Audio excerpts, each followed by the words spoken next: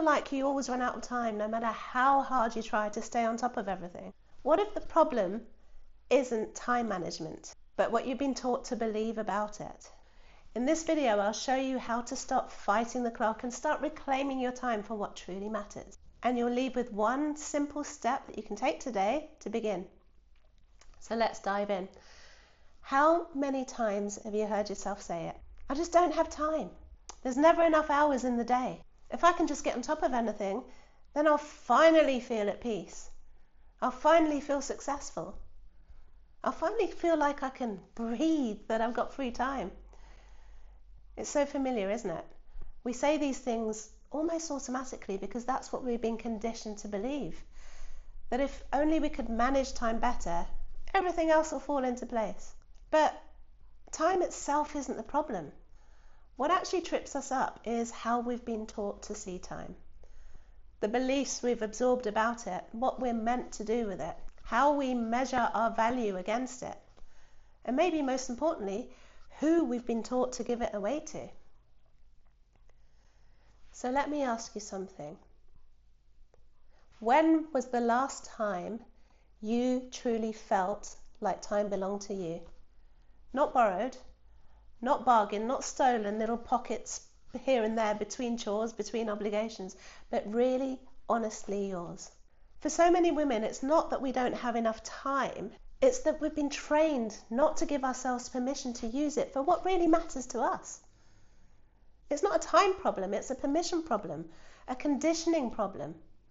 Our nervous systems have been wired to overfunction, to keep doing, fixing, helping, producing, and to basically under rest, to keep going even when we're tired, even when we're empty, even when we know deep down that something's not right. And the world we live in, it rewards that. It benefits from women who burn themselves out, from women who measure their worth by how much they can get done. It praises you for your productivity. It makes you feel guilty when you choose to rest. Because women have got so much more responsibilities put on top of them than the outward requirements to be productive. There's so much other stuff we have on our plate. And it makes you feel guilty when you choose to rest. It keeps you chasing that elusive balance without ever stopping to ask, well, who decided what balance is meant to look like? And does it even make sense for me? So instead of asking, how can I manage my time better? Try asking a different kind of question. Is the way I'm spending my time actually aligned with what truly matters to me? Am I filling my days with what feeds my soul, or just what I've been told I'm supposed to do? Because that might feel like a relief. When your time is filled up with things that don't match your values, of course it will feel heavy. Of course it will feel like there's never enough time. You'll always feel like you're chasing your own tail, always behind, always trying to catch up. But when your time starts to reflect what's real and true for you, yes, you'll be busy, but it'll feel different. There's a sense of energy around it, a sense of purpose. You're not drained at the end of the day because you're enjoying what you're doing. It's aligned with you. You're fulfilled. You're connected. You're living in a way that feels honest. And if right now you're in a season where it all feels like too much, where the days rush by and you lie in bed at night thinking, where was I in all of this? You don't need another planner. You don't need the latest productivity hack. You don't need to squeeze more into an already full day. What you need is a pause, a breath, a moment of truth with yourself.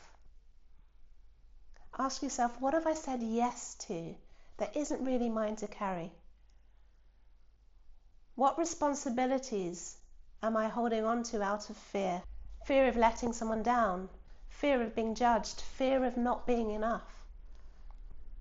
What would shift if I allowed myself to define what a valuable day looks like instead of following someone else's script?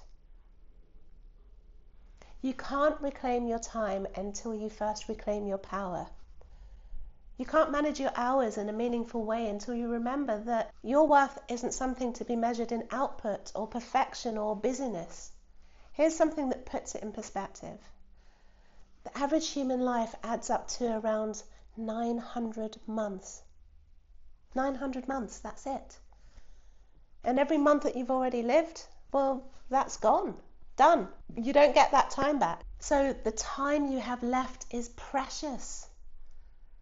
It's finite. And when you see it that way, you realize this isn't about controlling time. It's about respecting it. Your time doesn't need to be squeezed, tamed, dominated by someone else. It needs to be honored. It needs to be treated as sacred. Because it is. Even when the world tries to convince you otherwise. When you're 90, 100, looking back on what you've done with your life, you don't want to be thinking, oh, I just wasted it in obligations to everyone else and not fulfilled my own potential, my own happiness in life. So your small action today, find 5 quiet minutes. No distractions, no multitasking, just sit, breathe, and ask yourself, what's one thing I'm ready to let go of so my time feels a little more like it belongs to me? Write it down and let that be the first small shift, because that's how you start to take your time and your life back. If this spoke to you today, please give it a like, subscribe and share it with someone else who might need this gentle reminder. And as always, I'd love to hear from you in the comments. What's one small change you're ready to make with your time? I'm cheering you on as always, and I read all the comments, so please do let me know, and I'll see you in the next video.